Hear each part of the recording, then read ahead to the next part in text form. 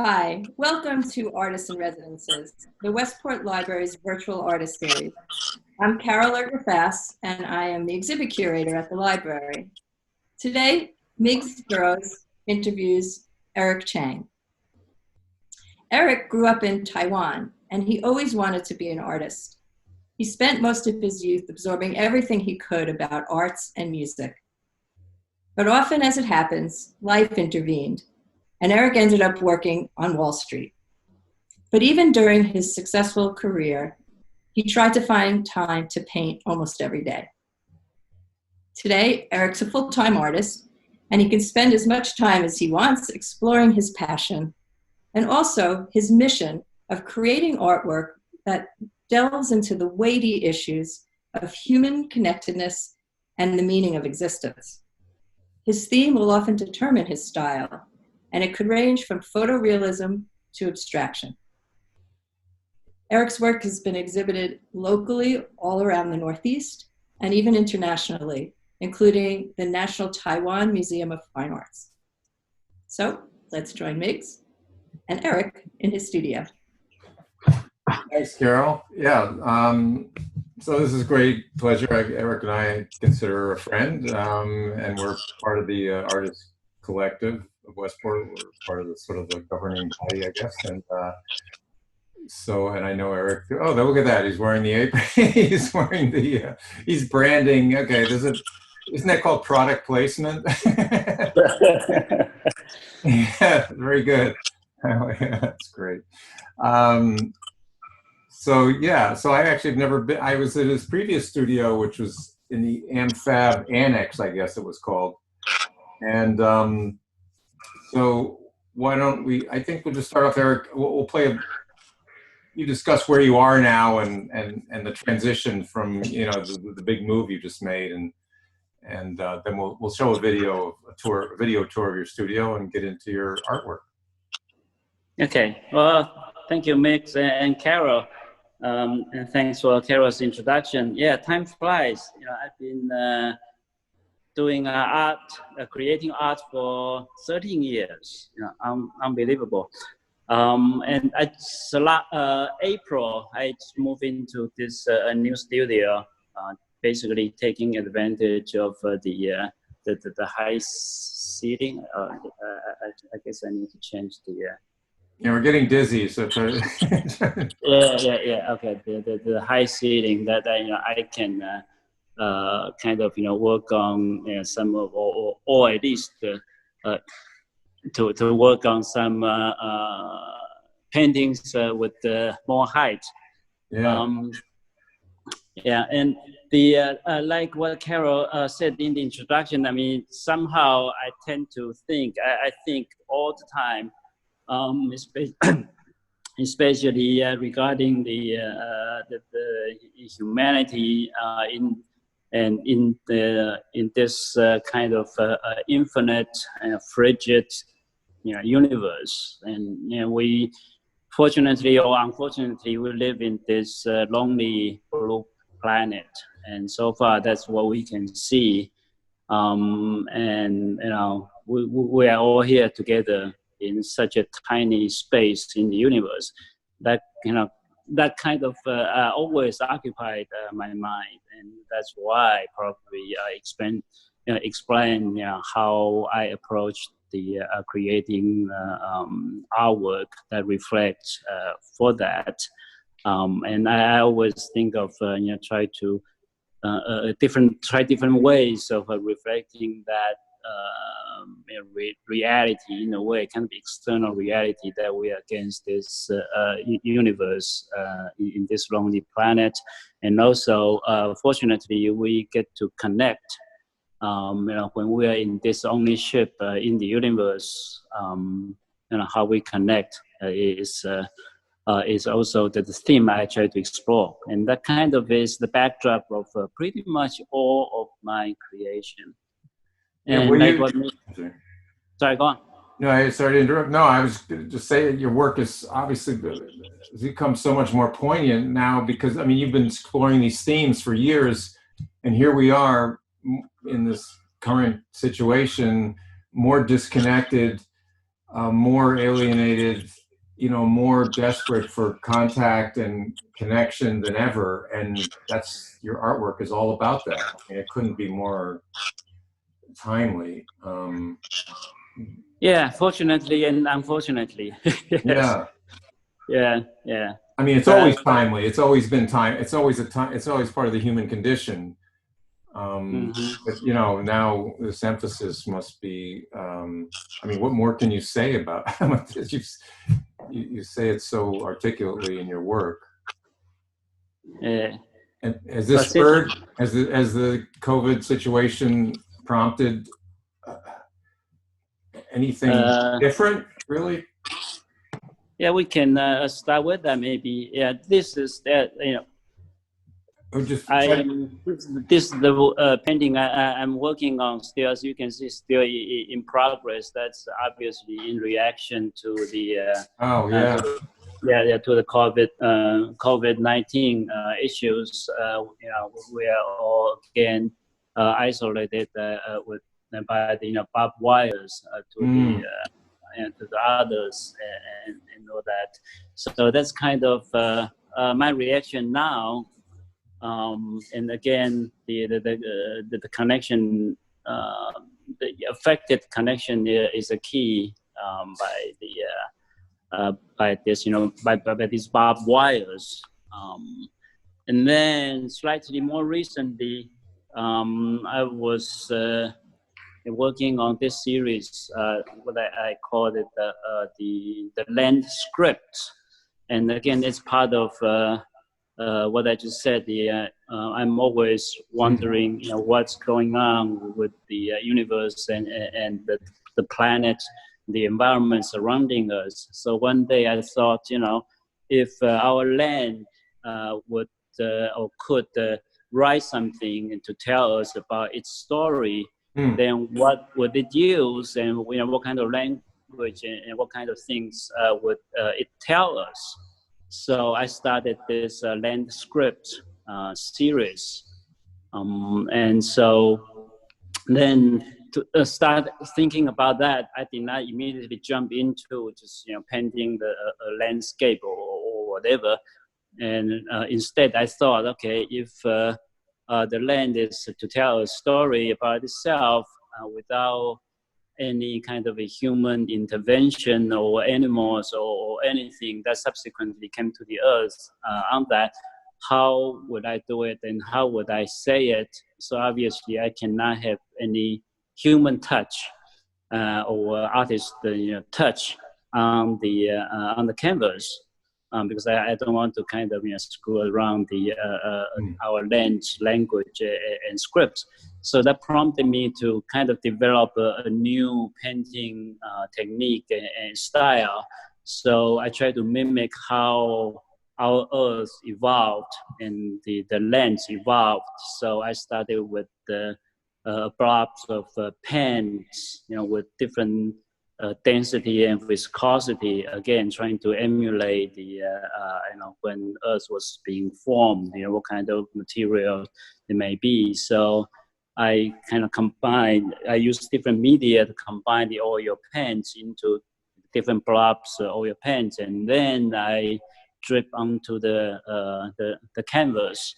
And then I thought, okay, then how do I represent the storms, the rain, the winds, and even the earthquake that had effect on the land? So I use the hair dryer blowers, the wind, and I use water to emulate the rain, and then I use turpentine and turpenoid and combine with all different liquid to kind of represent the storm, the acid, and all that. And then I lay out the canvas, horizontally on the ground, on the floor, and then tilt it to emulate the gravity's effect on all this. And the effect was amazing. I must say, I was so amazed by the textures, by the effect of it. and also even the waterfall, the flows of water, and they look to me so natural.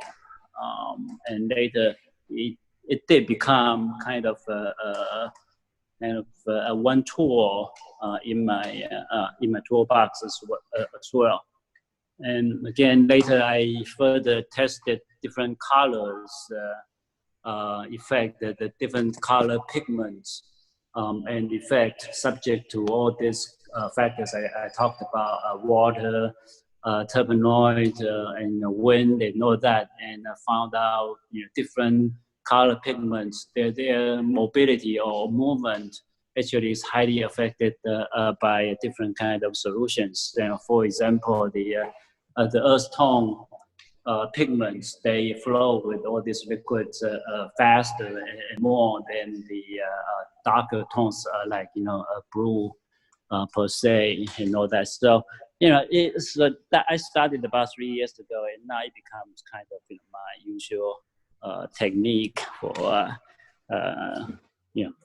for creating paintings. Let me do a screen share of the if I can, because people, I don't know if people can even appreciate really what this is a screen share of your method. I don't know if you can see it too. This is your, so people understand, and I still have a hard time understanding it. I mean, you do not paint in the traditional way. There's no brush in hand. There's no rendering. There's no, I mean, your paintings are like an ecosystem unto themselves, right? I mean, you create the turbulence and the currents and the flow and the wind. It's all done with like natural forces, right? I mean, you pour paint, you blow paint, am I getting that even close to? No, yes, yeah, you were exactly right. Yeah, the whole kind of premises was that I do not want to leave any human touch on that. So yeah, by that standard, by that constraints, the brushes are out, the painting knives are out. Anything that artists directly touch, or any tool that artists use have the direct touch on the canvas. I avoided it. So, but again, it's the I continue to be amazed every time. Well, when I'm doing this, because the natural texture and all that. Of course, I cannot control every single thing. I can only control the basic flows and the basic structure.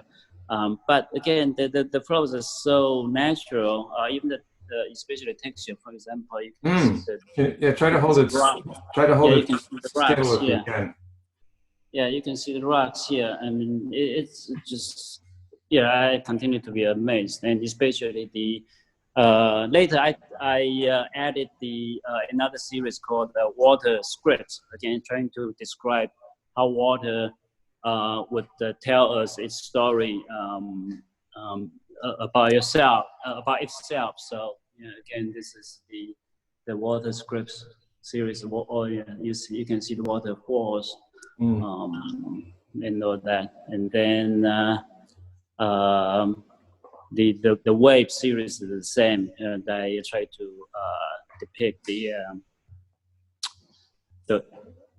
the waves. And this again, I always like to challenge myself, so I picked the hardest subject of trying to create the waves in the night. So this is the night waves, because it's probably the hardest thing, or at least for me, to do. So, but again, and this is down waves. So this is pretty much this kind of same techniques and series that I recently have completed. Yeah, and I think it's interesting because people paint, some more successfully than others. Scenes of energy. I mean, you could paint a volcano with stuff, but it's a very slow, meticulous, minute you're actually painting with energy. I mean, the energy is conveyed from you to the canvas, so it's real time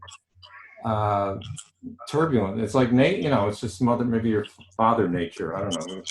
But I noticed that a yoga mat. I'm just curious. On a personal note, do you do yoga? Is that a part of your meditation or? Oh, that's yeah. I actually don't do yoga. That's more for my push-ups and. Oh, okay. So I shouldn't have left it there. But anyway, yeah, that's my good. life. Yeah, So yeah. Trying to get an insight into your working, living. Every artist has their own kind of discipline. I mean, I have to take a walk once a day to get out of here and come back refreshed, hopefully. But, yeah. Yeah, I wonder if I want to go to the website if I could, and maybe you can. We can talk about if you can see what I'm showing here. This is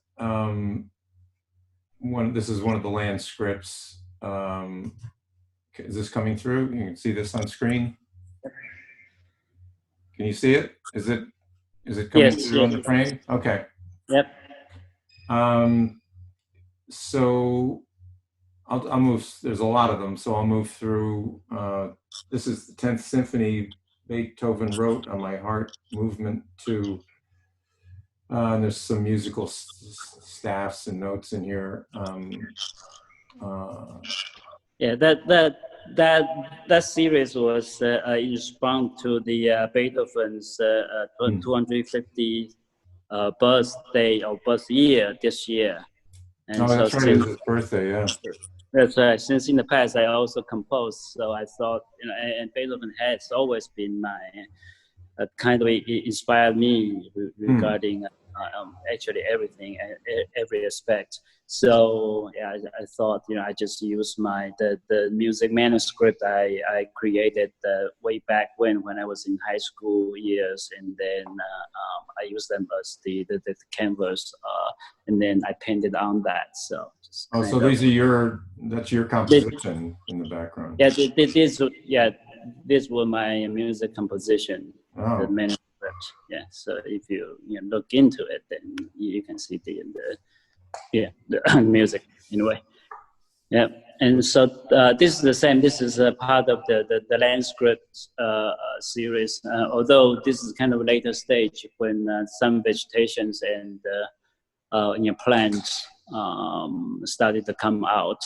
Onto the earth. So.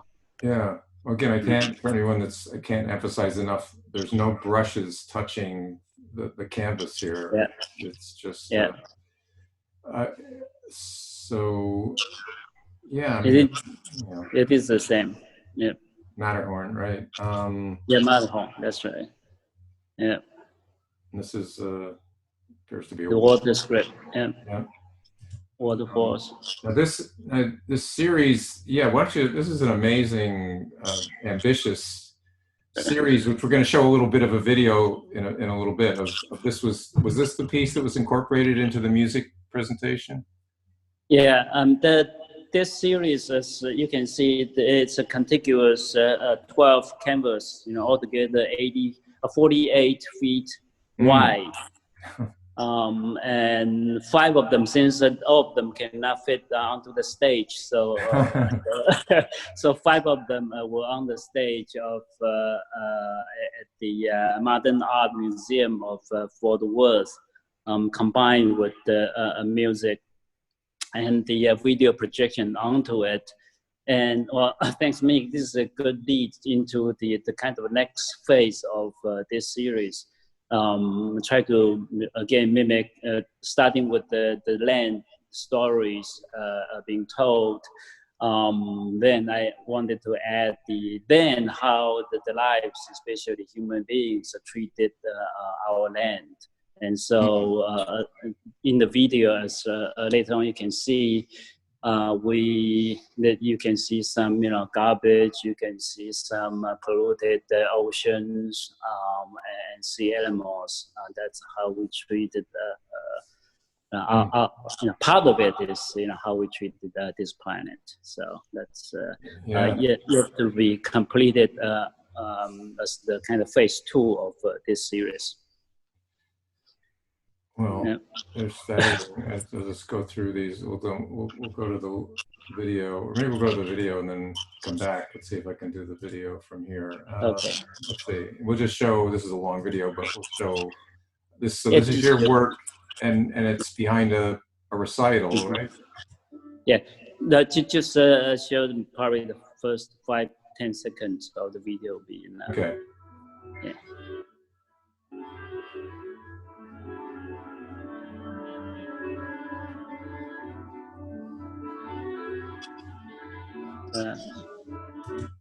Okay. Well, no, it's just beautiful. Yeah. And how? So the whole time your work is on stage and they're playing, and there's lights shining over. Were you? I'm just curious. Did you welcome that? You know, they're putting light patterns on your work. Was that something you were? Okay? Yeah, it's actually a video that the composer and I kind of borrowed, quote unquote, from a marine biologist a video. So it's basically under the sea, and so the effect was actually the landscape all of a sudden just turned into the underwater kind of world. So that's that is amazing. Now I know you had this piece. I'm not sure if you did it for that purpose, but this was for the Unload. You know, there's an Unload Foundation that Mary Himes, Congressman Himes' wife, Mary Himes, has an Unload Foundation about, you know, trying to prompt conversations about gun violence. And this was your piece in that, which are, you know, if you can't, it's this landscape, this cityscape of apparently long rifles, right? Yeah, exactly. Yeah, I tried to make it the kind of overlaid it, you know, with the multiple meanings. Yeah, exactly. Yeah. They look. Yeah, I wanted them to look like rifles. That basically represent the, you know, our our society and you know, civilization. It's amazing how, I mean, I always try to think of this in graphic design, and you know, Carol's a designer as well. The simplest visual cue can lead your mind somewhere. Without these little sights, without the gun sights, these could just be stalactites or whatever ones go up, mites, stalagmites, stalactites, whatever, you know, or you know, narrow skyscrapers. But the little gun sights everywhere make your mind, you know, we all search for patterns, and it goes, what is that little bump? And then it's like, then there's that aha moment of, those aren't buildings, those aren't stalactites, you know, and it's really, I love that invitation to explore, you know, this kind of expansion, excuse me, of an idea. It works so well. Let's see, we'll go into something else. I'm losing my voice here. This is not responding quite quickly, but we can edit out the gaps. Okay. Yeah, this is what I talked about, the dawn waves and the night waves. Yeah. Mm-hmm. The night wave, right? Yeah, again, there's no brush work or, you know, knife or anything. It's purely just just like what I said, the water, the wind, and all that. Yeah. Yeah, well, they have said. I mean, they're almost. I mean, in some sense, they're almost photographic. They're almost like photorealism in a way. I mean, it's crazy, but let's see. Yeah, I mean, yeah, exactly. Like what you said, you know, when it came out, I was so amazed, you know. Yeah. Now, if I'm going to get to it, okay. Well, there's a common thing in some of your. I don't know if you do it currently, but in your early work, the first work I ever saw of yours, there's always a cello, and the cello has become kind of. I mean, is it safe, right, to say it's sort of your avatar? I mean, it's you know, it's the disconnect of the cello, you know, is kind of the being that's looking in, you know, is on the outside looking in or on the periphery. And why a cello? Why not a xylophone? You know? Yeah, good question.